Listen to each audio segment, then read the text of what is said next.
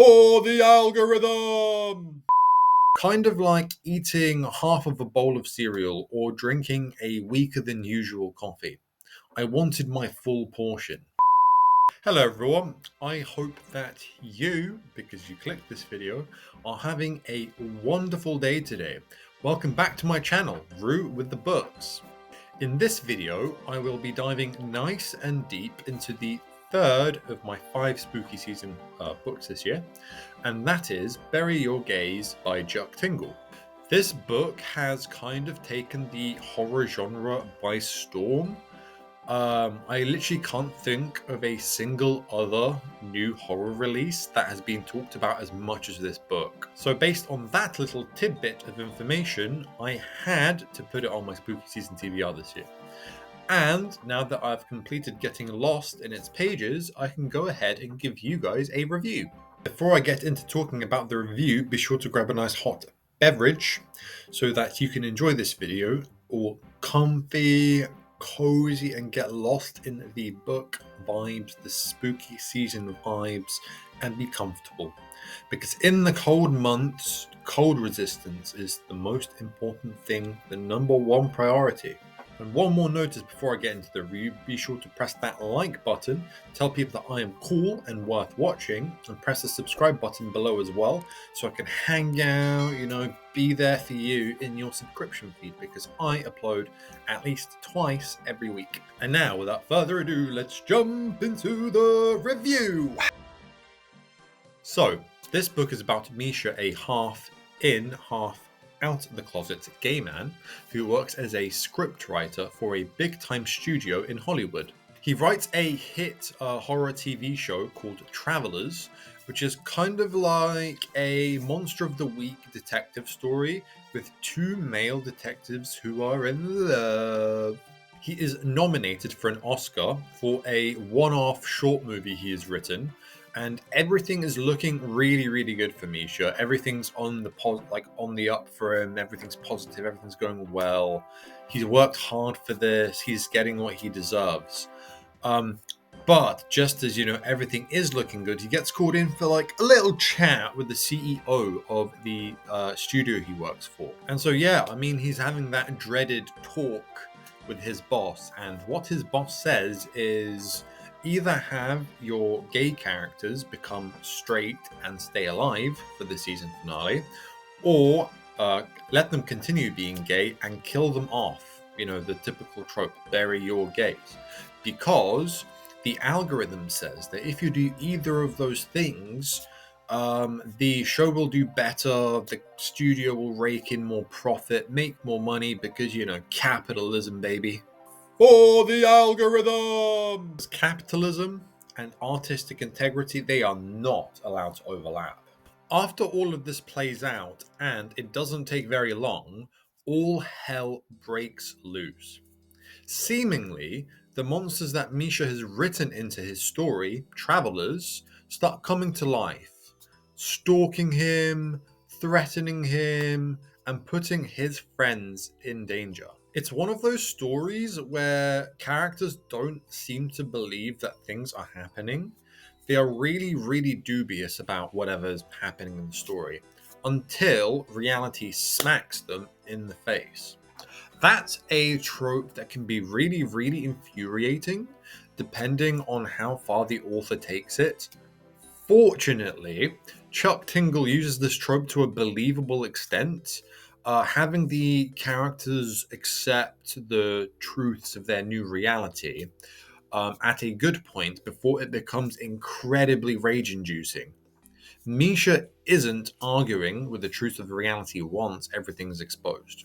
This is about as far as I want to talk about the plot, because anything else that I would say does possibly spoil the book, so I'll leave it there. What I will say though is that what Tingle does with the story is very modern, creative, and innovative.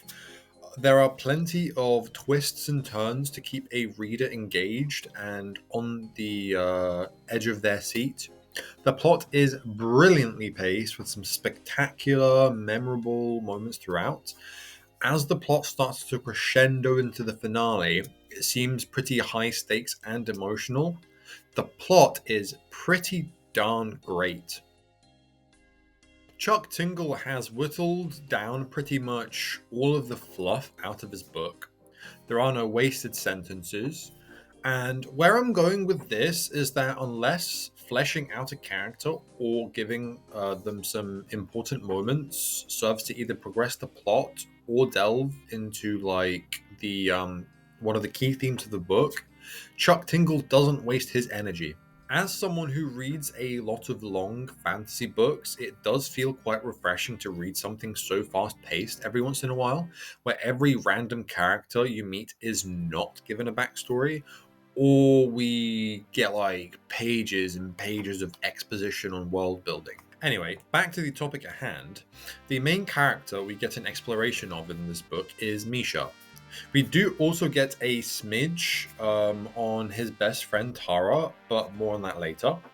When we get a small break from the plot, it's usually to delve into how Misha has felt wronged in terms of like LGBT representation in media he's watched, or how he has felt uncomfortable to be himself around his peers back home, and the reasons as to why. The LGBT representation in media aspect is why he feels so strongly about not killing the gay characters in his season finale of a show, because he wants to empower and represent people like him that did not get that chance when he was growing up. Aside from Misha, we get his best friend Tara and also Misha's boyfriend Zeke as active characters throughout the story.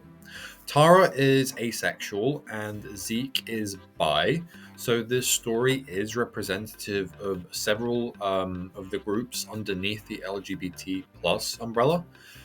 Tara is really into cybersecurity, and I think that's an interesting thing, especially in today's age, because cybersecurity is very frequently looked over and not taken seriously. So she guides Misha about how to stay safe with like the various like internet networks that the movie studio has around the city. We get some really good moments between Misha and Tara throughout the book. They're a great duo. They bounce off each other and they have some great dialogue between one another. And that's good because Tara, in terms of the plot, really doesn't have a lot of important moments, or at least Chuck Tingle did something with her character and connected her to Misha. Where I'm going with this is that another one of the active characters, Zeke, does feel a little bit underwhelming. He's like a really supportive boyfriend and believes in Misha 100% without a doubt. Like, he's like, these scary monsters that are coming to life, yeah, they're real. He's like, bet, bro.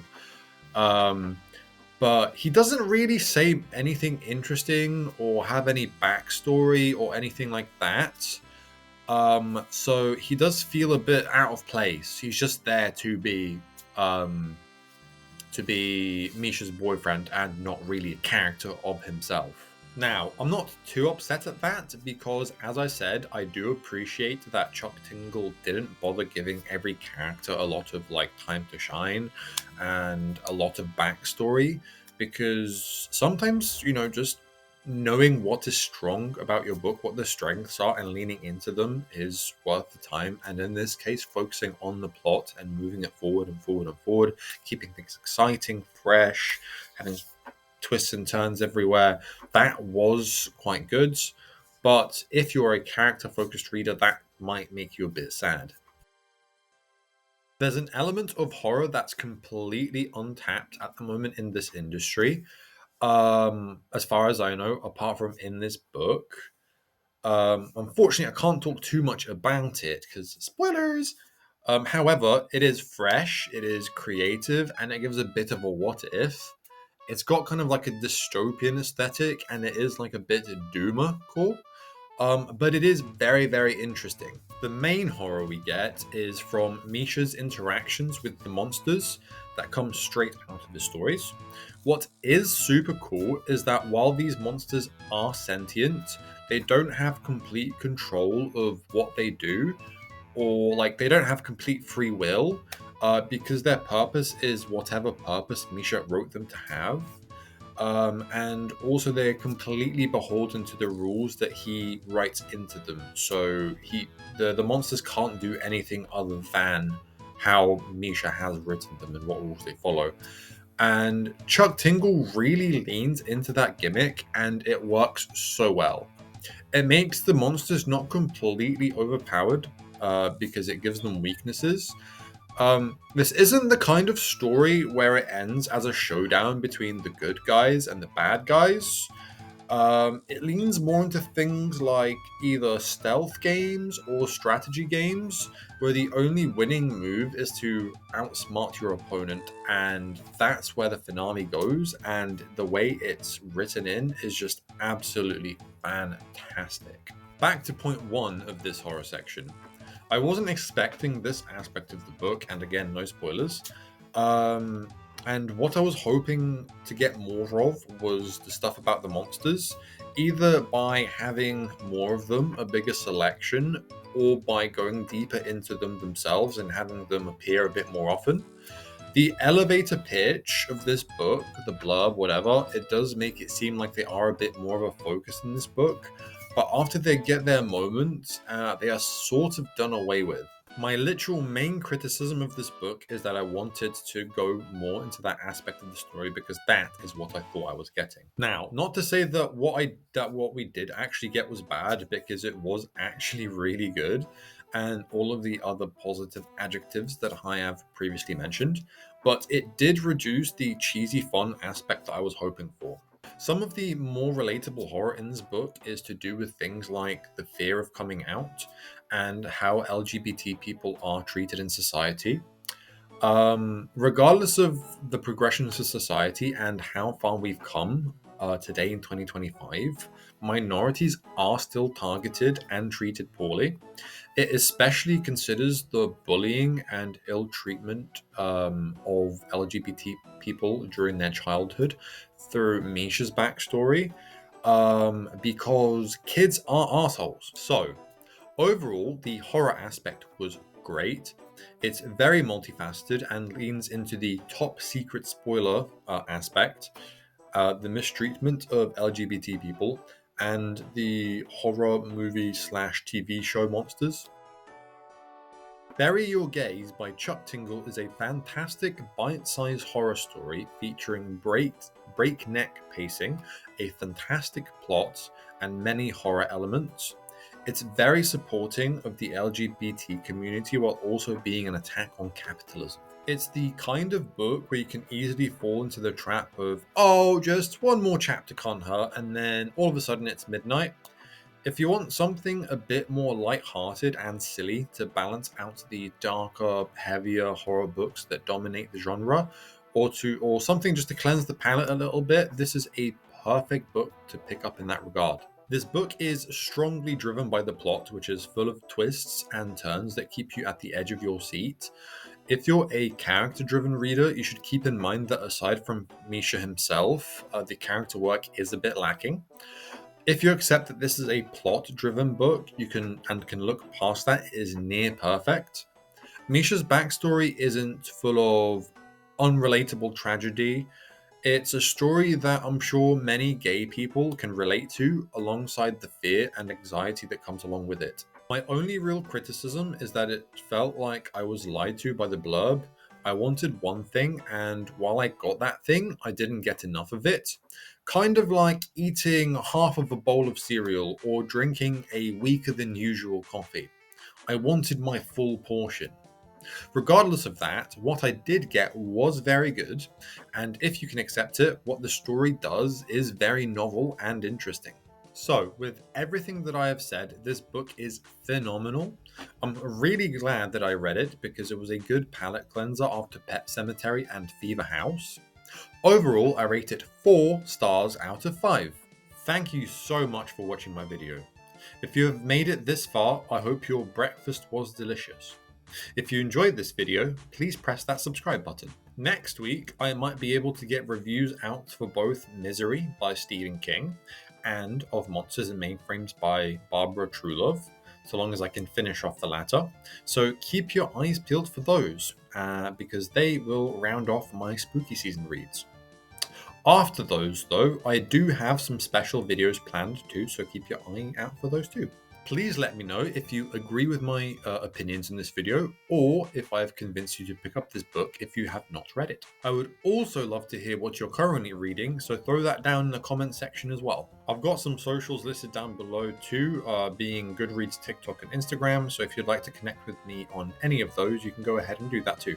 Anyway, until next time, Root out.